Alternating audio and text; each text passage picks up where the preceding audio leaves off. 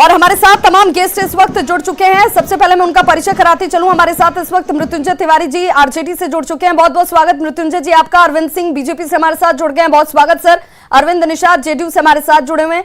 Sanjay Sarraf RLJP हमारे साथ जुड़े हुए हैं, साथ ही साथ वरिष्ठ पत्रकार हैं संजय कुमार जी हमारे साथ जुड़े हुए हैं। सबसे पहले अरविंद निषाद जी मैं आप तक आना चाहूंगी। मणिपुर में 5 सीटों पर आपने जीत दर्ज कर ली, 2 पर लीड सिचुएशन में। क्या इसी तरह के परिणाम की उम्मीद आपने की थी या इससे भी बेहतर का आपने सोचा हुआ था?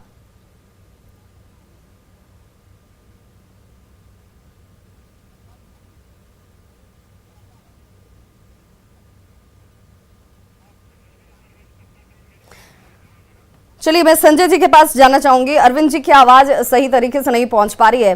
संजय जी, मणिपुर के इस रिजल्ट को जिसमें जेडीयू के खाते में 5 सीटें जा रही हैं, इसे कैसे देखा जाए? क्या ये जेडीयू को और ज्यादा मजबूत करता है? क्या ये जेडीयू को इस बात के लिए और ज्यादा मोटिवेट करेगा कि आप दूसरे राज्यों में भी अपना विस्तार जरूर कीजिए, अगर आप मेहनत करेंगे तो रिजल्ट इस रूप में आएंगे? निश्चित रूप से, और हर पार्टी चाहती है कि हमारा विस्तार हो, हम क्षेत्रीय पार्टी से राष्ट्रीय पार्टी की तरफ बढ़ें। और नॉर्थ ईस्ट में तो जेडीयू पहले भी परफॉर्म कर चुकी है। ठीक है, अगर ये बीच में इन्होंने मेहनत नहीं की होगी या वहाँ पर मजबूती से अपने संगठन को खड़ा नहीं किया होगा, उसकी वजह से चुनाव में इनके बेहतर परिणाम नहीं आ रहे थे, या अपने लोगों को ये एकजुट करके नहीं रख पाए, जिसकी वजह से ये इनके ही लोग चले गए थे भारतीय जनता पार्टी में। फिर एक बार मणिपुर ने इनके हौसला को अफजाई करने का काम किया है।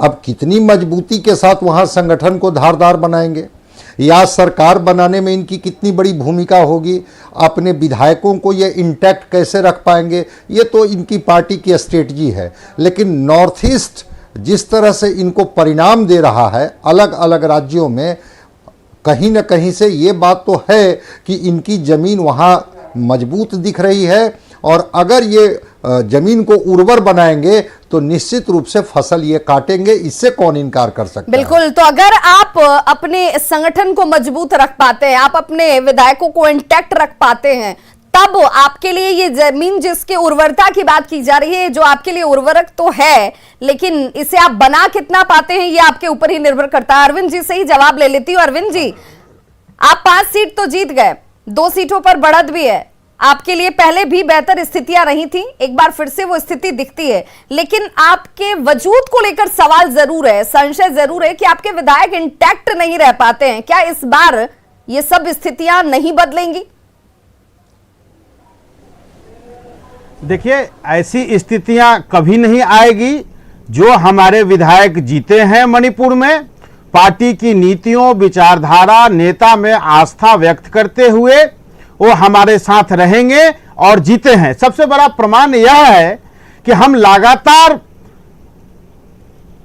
पहाड़ी के राज्यों में, नॉर्थ ईस्ट के राज्यों में हम लगातार बेहतर प्रदर्शन कर रहे हैं, चाहे अरुणाचल प्रदेश हो, मणिपुर हो और अन्य राज्यों में हम आगामी आने वाले चुनाव में बेहतर प्रदर्शन करेंगे, ऐसा हमारा मानना है। क्योंकि लगातार हमारे लोग और हमारी पार्टी के लोग और वहां के स्थानीय यूनिट लगातार काम करते रहती है और चुनाव आने पर हम बेहतर प्रदर्शन करने के संकल्प के साथ हम जनता के बीच जाते हैं। हम कोई परिवारवादी राजनीति के हम मुखौटा लेकर के नहीं जाते हैं। हम कोई क्षेत्र आधारित, धर्म आधारित, जाति आधारित राजनीति का मुखौटा लेकर के हम नहीं जाते हैं। नहीं, आपके ऊपर ये आरोप नहीं है, आपके ऊपर ये आरोप नहीं है। मैं इस बात से इत्तेफाक रखती हूँ, आपके ऊपर ये आरोप नहीं है, लेकिन इस बात को लेकर संशय क्यों है? आपको भी पता है कि इससे पहले क्या स्थितियां हुई थी जब विधायक आपकी पार्टी को छोड़कर जाकर बीजेपी में शामिल हो जाते हैं। तो ये सवाल तो लाजमी है ना कि जीतना एक बात है और टिकना एक बात होती है। नहीं, देखिए, मैंने आपको पहले भी बताया कि हमारी पार्टी के नीतियों, सिद्धांतों, कार्यक्रमों और नेता में आस्था व्यक्त करते हुए ये लोग पार्टी में लगातार संघर्षरत थे, जनता के सवालों के साथ काम कर रहे थे। और अभी जो चुनाव हुआ है और इस चुनाव में पार्टी के मैनिफेस्टो के आधार पर हमारे 5 उम्मीदवार जीते हैं और 2 पर अभी हम आगे चल रहे हैं। हम निश्चित तौर पर यह कह सकते हैं कि पार्टी नेतृत्व में आस्था व्यक्त करते हुए सारे एमएलए इंटैक्ट रहेंगे, पार्टी के साथ रहेंगे। बिल्कुल, यही स्थिति को देखना है, ये कब तक इंटैक्ट रह पाते हैं। और अगर ये इंटैक्ट रह पाते हैं तो बिल्कुल स्वाभाविक तौर पर, जिस तरीके से वरिष्ठ पत्रकार भी हमें बता रहे हैं कि अगर ये स्थिति बनी रहती है तो जेडीयू के लिए ये जमीन, ये जगह, ये विधानसभा क्षेत्र कह लीजिए, ये उर्वरक जरूर साबित होगी, लेकिन टिकना जरूरी है।